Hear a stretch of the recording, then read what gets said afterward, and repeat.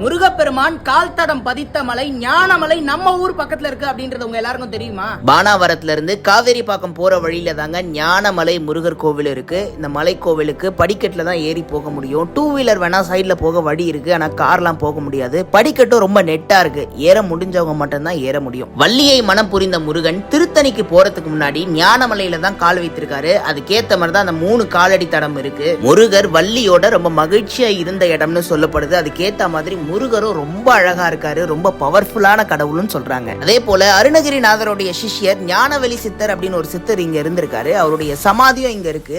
அவர் என்ன பண்ணுவாருன்னா, இங்க இருக்கக்கூடிய நிறைய மூலிகை செடிகள்லாம் இருக்கான், அதையெல்லாம் வைத்து குருடு மலடு அதுக்கப்புறம் கால் என்ன பிரச்சனையா இருந்தாலும் அதையெல்லாம் வந்து அந்த மூலிகைகளை வைத்து போக்கி இருக்காரு.